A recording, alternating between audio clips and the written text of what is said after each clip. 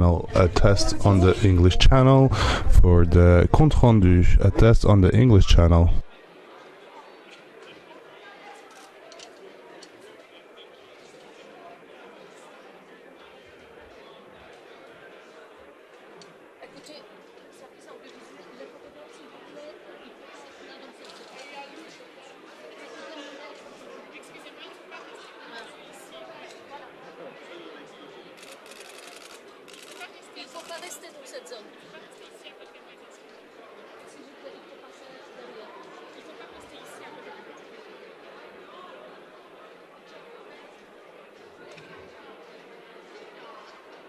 Denis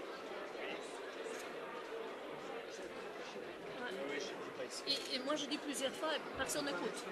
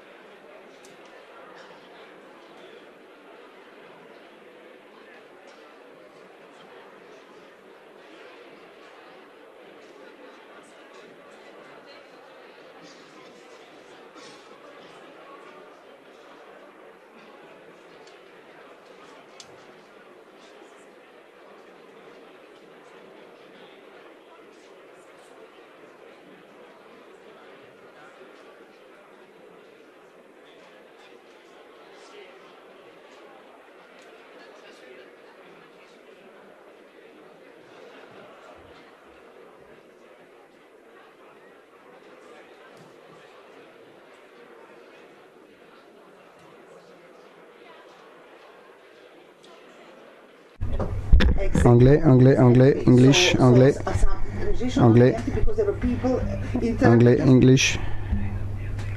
Test, test, test, anglais, anglais, English, English, anglais. C'est bon? Oui. Ouais. Ah, fantastique. Ok. Ok. Ok, good. Ah, ok.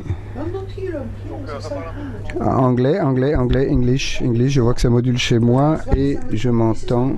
Ouais. English, anglais. Anglais, anglais, English, English, anglais. Anglais, English, English, anglais. This you have to deal with. English, anglais, anglais. Ah, c'est bon, ouais. Ah, ça, je saurais pas te dire. Attends, parce que ça va commencer, il faut que je reste sur... C'est bon? Ok, parfait. Ça roule, merci. Ciao.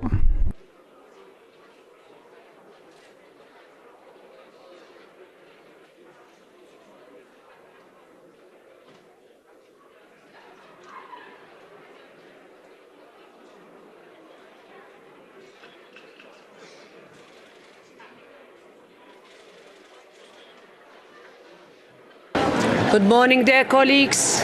Can I ask you to take your seats?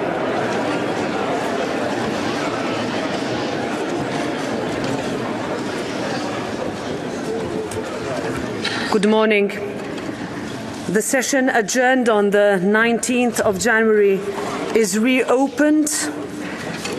Two announcements. The competent authorities of Slovakia have notified me of the election of Ms. Katarina Rot-Nevedalova to the European Parliament, replacing Mr. Miroslav Číš with effect from 30 December 2022. I wish to welcome our new colleague and recall that she takes her seat in Parliament and its bodies in full enjoyment of her rights pending the verification of her credentials. Ms. Daniela Rondinelli has left the non-attached members and joined the S&D group as of the 25th of January 2023. The agenda for this special session is therefore adopted. Dear members, dear colleagues, we gather here today for this solemn ceremony to mark the International Day of Commemoration in memory of the victims of the Holocaust, in the presence of the President of the State of Israel, President Herzog. Welcome to the European Parliament.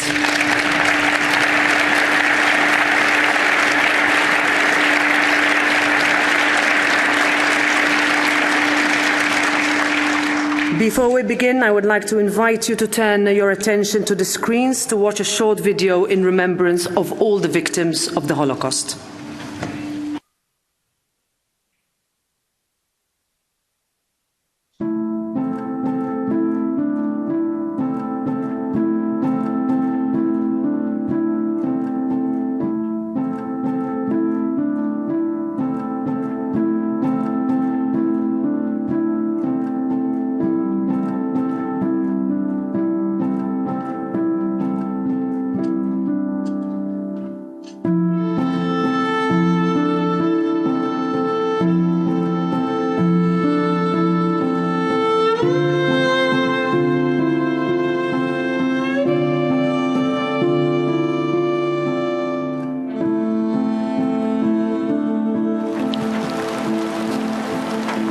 Voi che vivete sicuri nelle vostre tiepide case, voi che trovate tornando a sera il cibo caldo e i visi amici, considerate se questo è un uomo che lavora nel fango, che non conosce pace, che lotta per mezzo pane, che muore per un sì o per un no. Considerate se questa è una donna, senza capelli e senza nome, senza più forza di ricordare, vuoti gli occhi e freddo il grembo, come una rana d'inverno. Meditate che questo è stato, vi comando queste parole, scolpitele nel vostro cuore, stando in casa, andando per via, coricandovi, alzandovi, ripetetele ai vostri figli. O vi si sfaccia la casa, la malattia vi impedisca, i vostri nati torcano il viso da voi.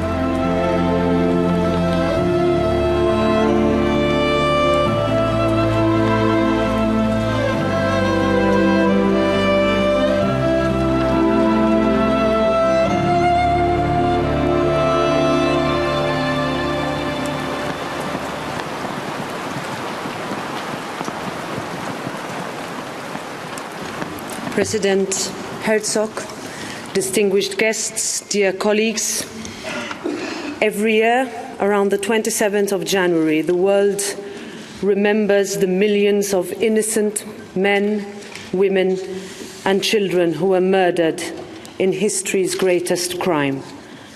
A crime intended to wipe off a people from the earth.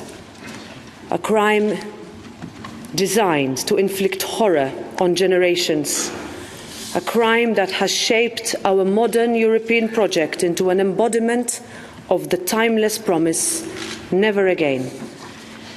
It was a crime that saw 6 million Jewish people murdered for being Jewish, that saw Roma and Sinti people targeted, that saw LGBTI communities eradicated and so many others humiliated and killed because of their ethnicity, disability, identity, race or beliefs.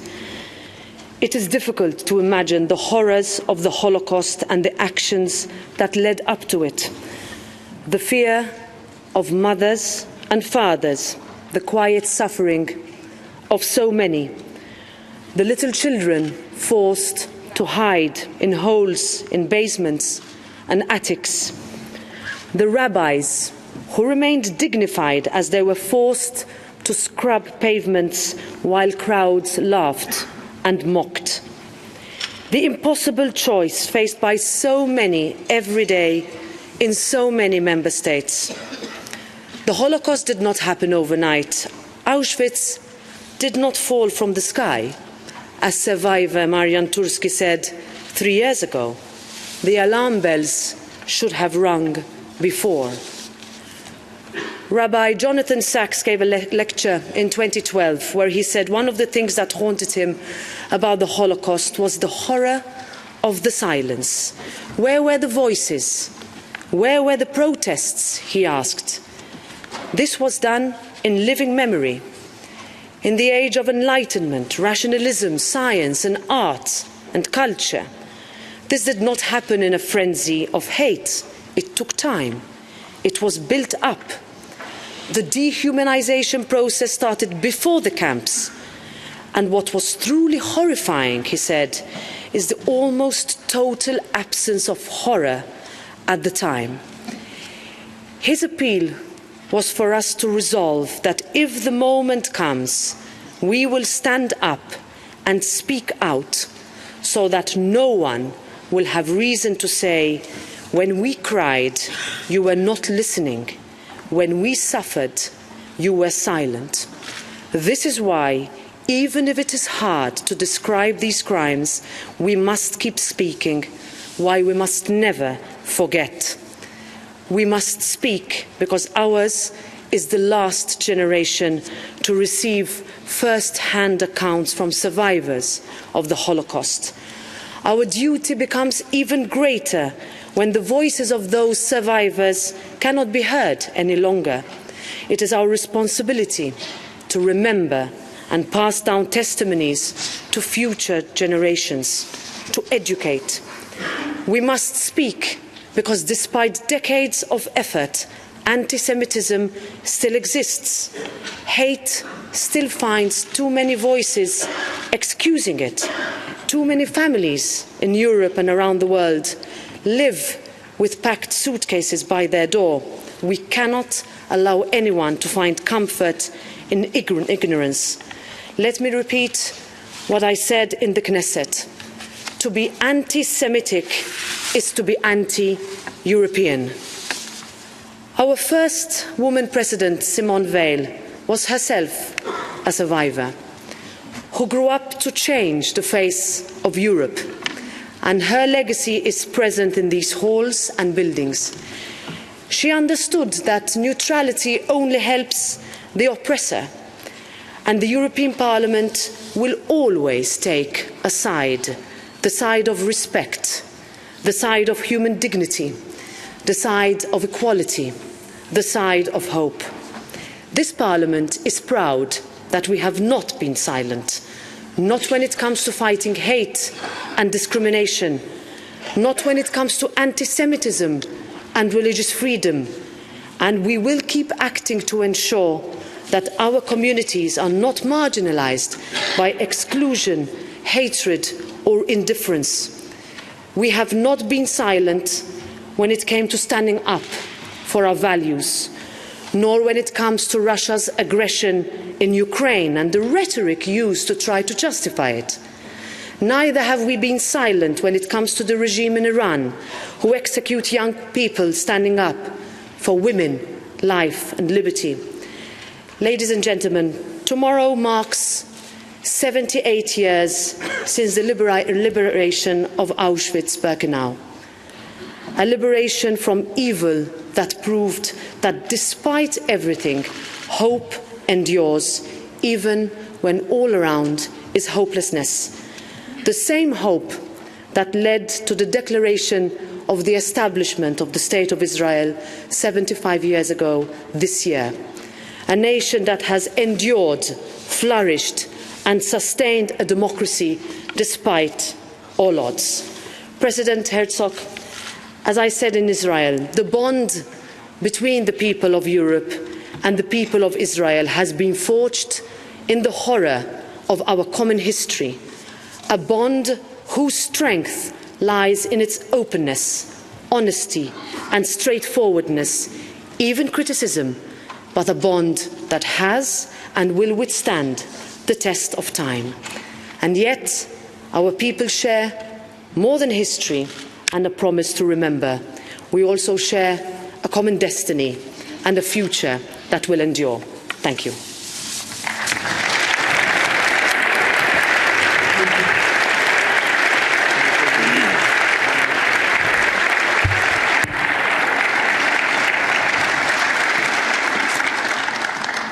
We will now listen to a musical interlude by Jenő Lisztes, Lament Music by Laci Ras.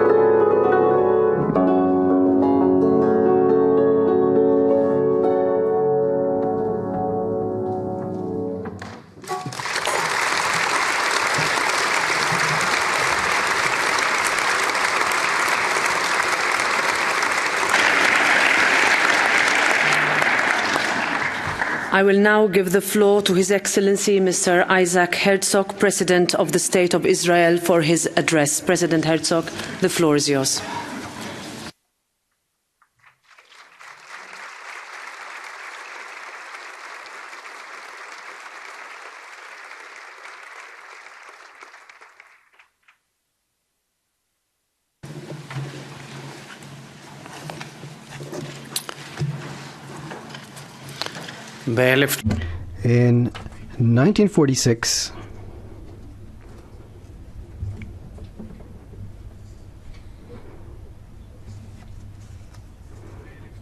In 1946, my grandfather and namesake, the chief rabbi of the land of Israel, Rabbi Dr.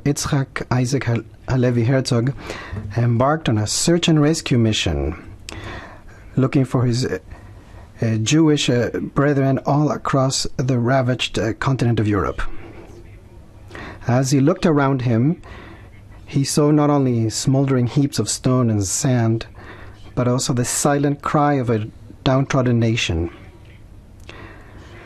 The lives of millions of men, women, and children had come to an end, and in their stead, he saw only crumbling stone. In Warsaw, home to over 500,000 Jews before the Holocaust, only the Jewish cemetery remained to attest to the vibrant life that had flourished before the advent of the Nazi regime. In the Nożyk synagogue on Twarda Street was the only Jewish synagogue that remained in Warsaw. And a few dozen souls gathered, snatched from the jaws of carnage. A blood-stained Torah scroll was handed to my grandfather by the survivors to be taken to the land of Israel for eternal memory. The former cantor of the Great Synagogue of Warsaw, Moshe Kuzevitsky, stood to recite a traditional Jewish prayer for the departed, El Maleh Rachamim, O God who art full of compassion. Only this time, the wording of the prayer was different than usual. It was different because my grandfather rewrote the prayer in order to express, if there's any way to express, the pain, loss, and grief that came in the wake of the destruction that had unfolded before his eyes. He rewrote it and appealed to God and asked him to grant rest to our brothers and sisters, victims of the horrific Holocaust, after the 1,000 painful, deathly blows that they had suffered on this earth. I stand before you today as the President of the State of Israel, the democratic nation-state of the Jewish people. But my heart and thoughts are with my brothers and sisters who were killed in the Holocaust. Their only crime was being Jewish and the humanity inside them. They were beloved and cherished. They dared to hope and dream even in the midst of devastation. In their memory, I will begin my remarks with this traditional prayer.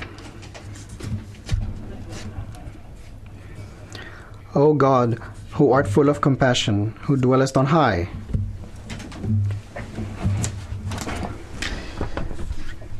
grant perfect rest on the wings of the divine presence, on the pinnacles of the holy and the pure, which shine like the radiance of the firmament, to the souls of the 6 million Jews victims of the Holocaust who were killed, suffocated, burned, and martyred by the German murderers and their accomplices from other nations. Therefore, may the compassionate one shelter them forever in the safety of his wings and bind their souls in the eternal bonds of life. God is their portion. May their resting place be in the Garden of Eden, and may they stand for their fate at the end of days. Let us say Amen.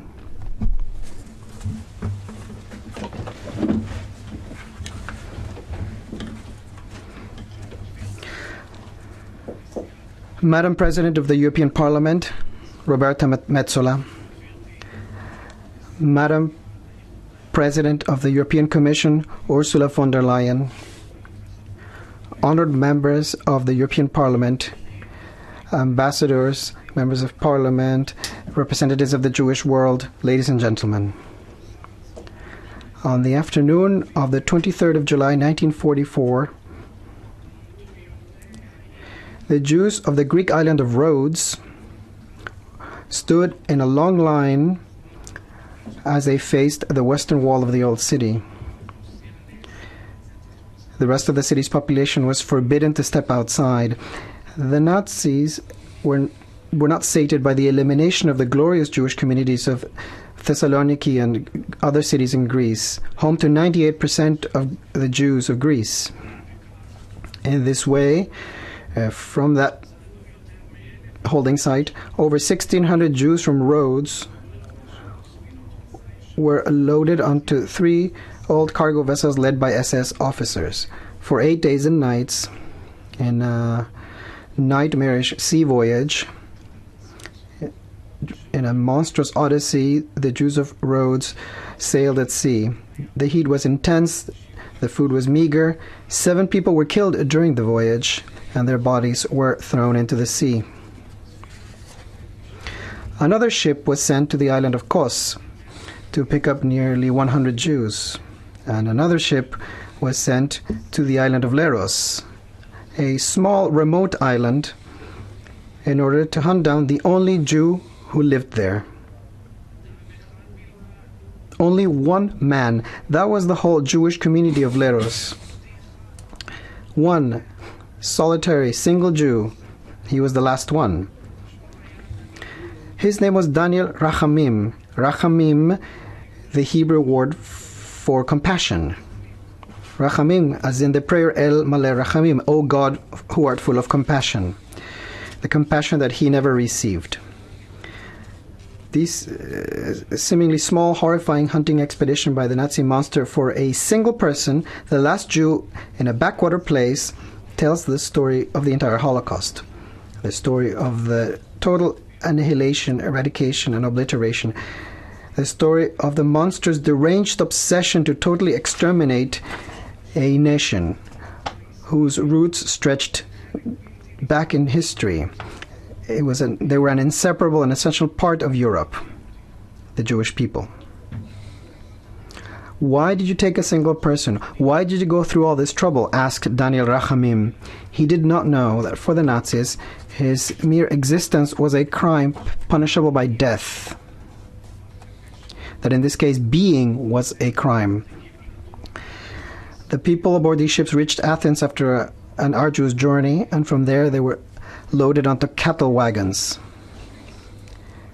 Their destination was the Auschwitz extermination camp. Daniel Rachamim, the last Jew from Leros, finished off this procession. Ladies and gentlemen, there are some dates in history that go beyond the boundaries of time and become memorial sites. In 1945, the 27th of January went from being just another date to becoming a memorial site, when in the afternoon the gates of hell were burst open. 5 horrible years later, the Auschwitz-Birkenau extermination camp, the largest death factory in human history, was liberated by the soldiers of the Red Army and stopped operating. Snow covered the blood-drenched soil.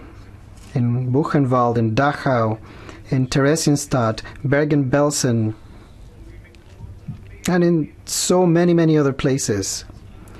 The horrors continued for several months until they were liberated. My father, the 6th President of the State of Israel, Chaim Herzog, was at the time an officer in the British Army. He was born in Ireland. He had the privilege of landing at Normandy, cross the Rhine, and take part in the liberation of the Netherlands, Belgium, and the north of Germany.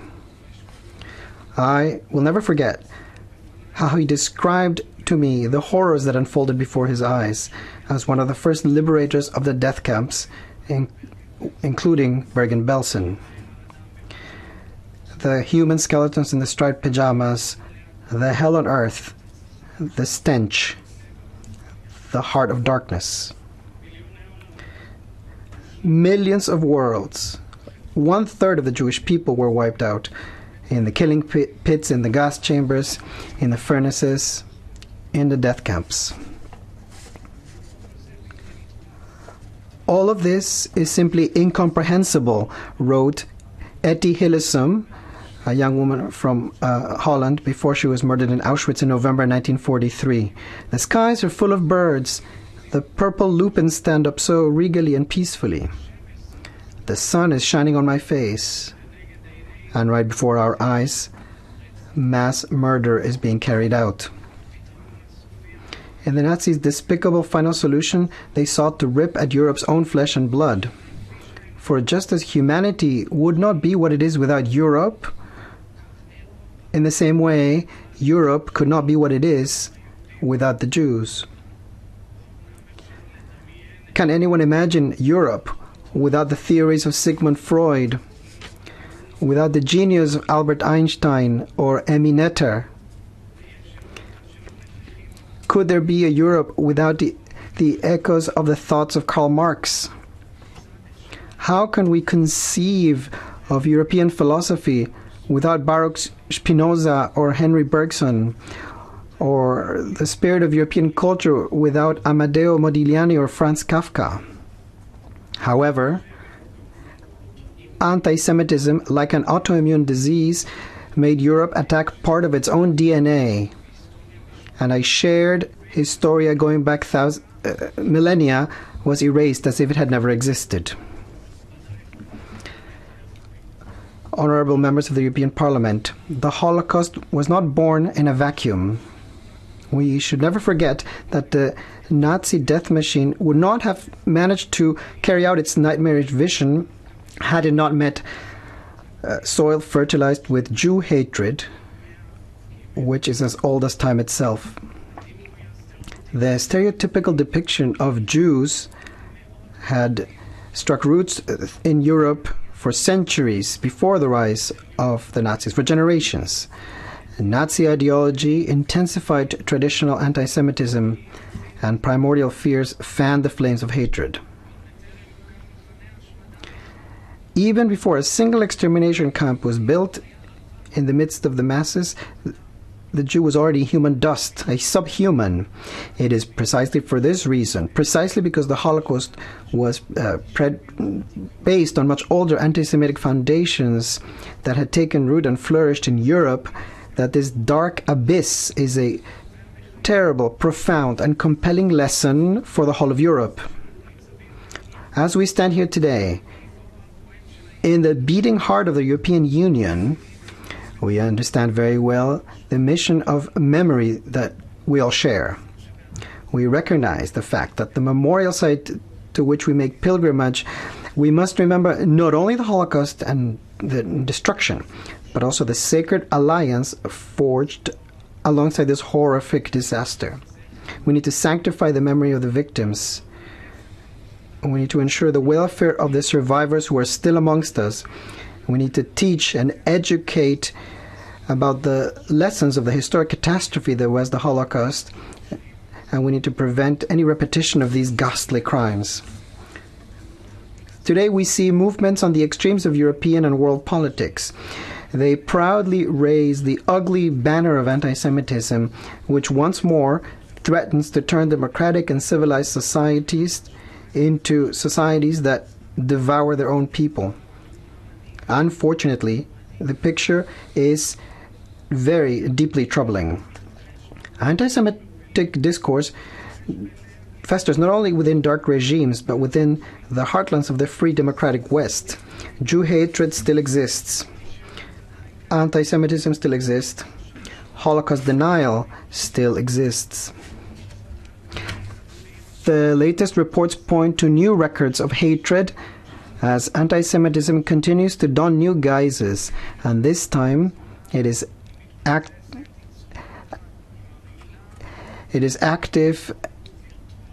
alive and kicking on virtual platforms as well. Throughout the internet, viral anti-Semitism is spreading at a record pace at the click of a button. The distance between a viral video and a physical attack hardly exists at all. The distance between a Facebook post and the smashing of headstones in a cemetery is shorter than we would like to think. Deranged tweets can kill. They can actually kill. Anti-Semites draw inspiration and ideas from virtual platforms. They are brainwashed and enraged as a result of unrestrained and unchecked online discourse. I stand before you, you who in your identities, positions, and beliefs represent Europe's impressive diversity, at the height of this sacred gathering, and in the heart of the place that has always championed partnership in the war against darkness and evil, and the joining of hands to uphold our most basic core moral and human values. And I call on you, elected officials of Europe, do not stand by. You must read the warning signs, detect the symptoms of the pandemic of anti-Semitism, and fight it at all costs. You must ensure that every Jew wanting to live a full Jewish life in your countries may do so safely and without fear. It is up to you and your countries to use every tool at your disposal, from education, legislation, to security and enforcement, in order to deter and eradicate hatred, racism, and anti-Semitism in every form. You must instill across Europe the understanding that the Jewish people's right to national and sovereign self-determination is sacred and manifested in our democratic state, the State of Israel. This is why, amongst other things, you must move to fully adopt the International Holocaust Remembrance Alliance, IHRA, definition of anti-Semitism. From this plenary, I wish to underscore there's a fine line between criticism of the State of Israel and negation of the State of Israel's existence. It is, of course, acceptable to criticize the state that I head. It is fine to criticize us, and it is fine to disagree with us. Our country is open to criticism, like all members of the family of nations. And Israeli democracy certainly excels in fierce and penetrating internal criticism. However, and this is the important and critical difference, criticism of the State of Israel must not cross the line into negation of the very existence of the State of Israel, the nation-state of the Jewish people, as recognized by the institutions of the international community. Casting doubt on the nation-state of the Jewish people's right to exist is not legitimate diplomacy. It is anti-Semitism in the full sense of the word, and it must be thoroughly uprooted.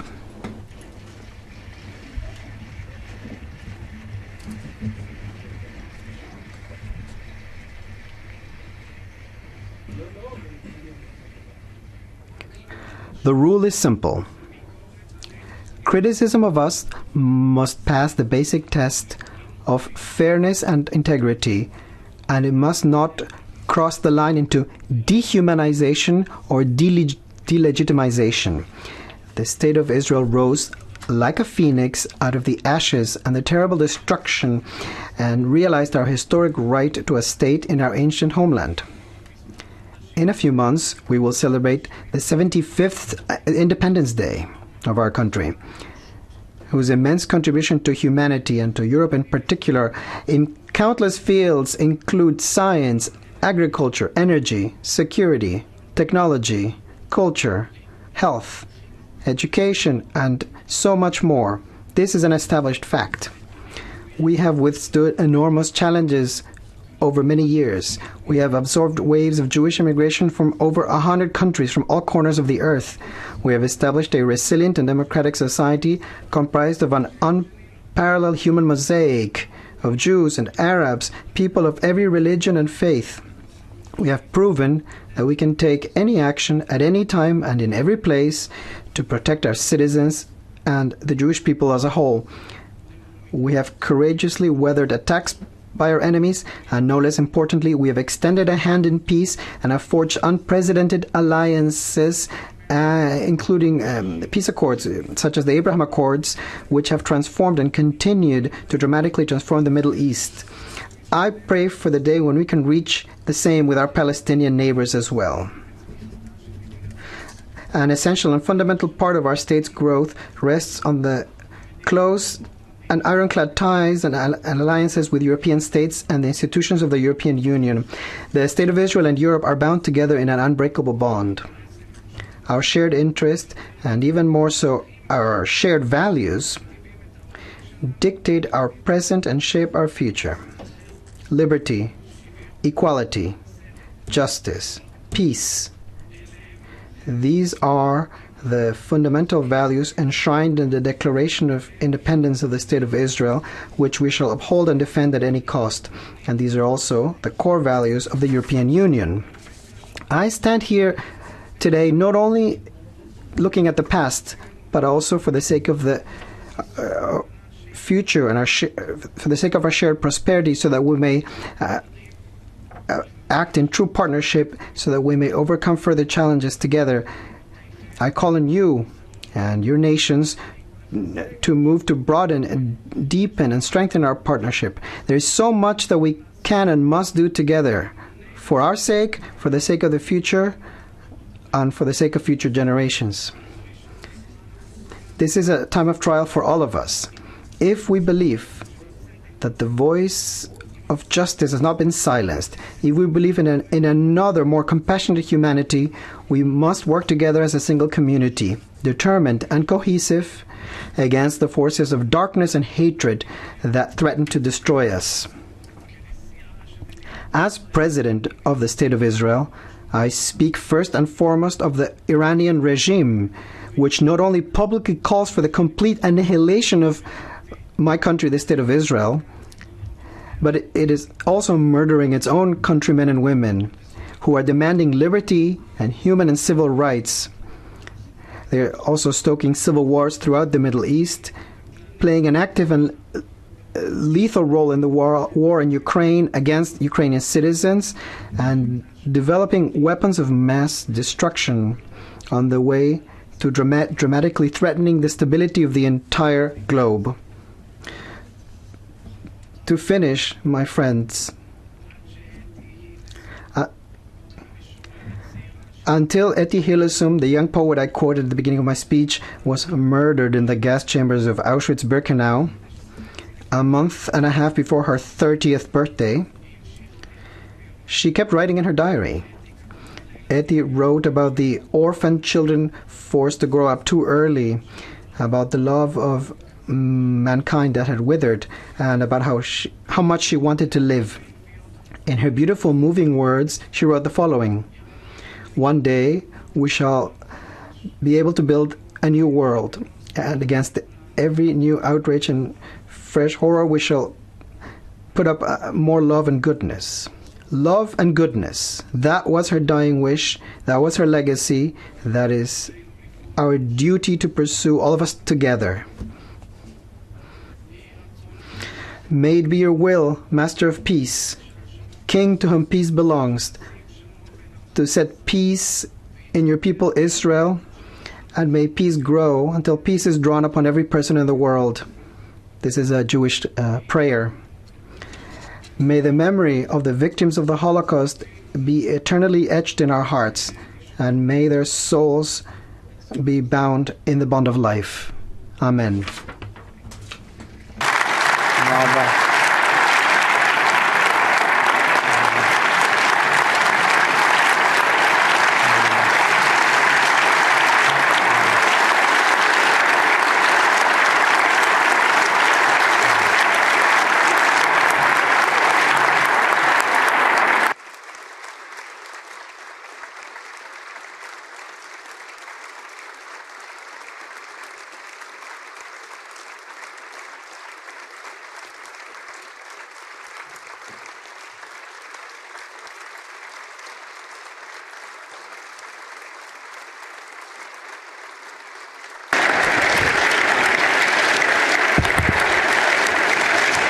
Dear colleagues, kindly remain standing. We will now have a minute of silence.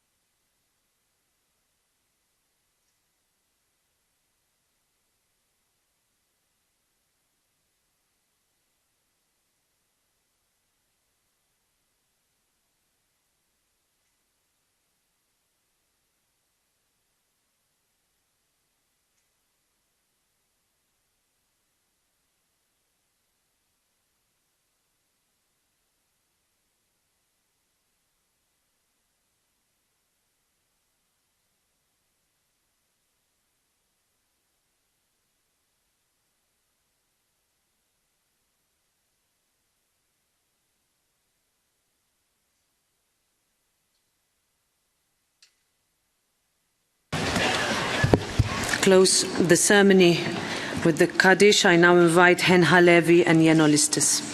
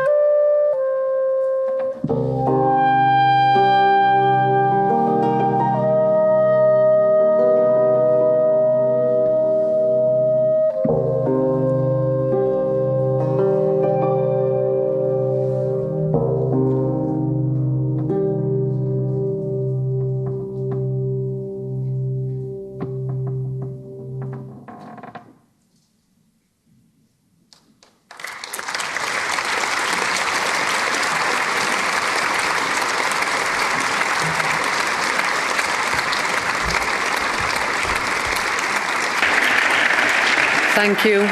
Thank you very much. Let me remind you, dear colleagues, that the inauguration of the permanent Holocaust memorial in our house will start at 11:45 in front of the hemicycle just outside here, and the session of the European Parliament is adjourned and is closed.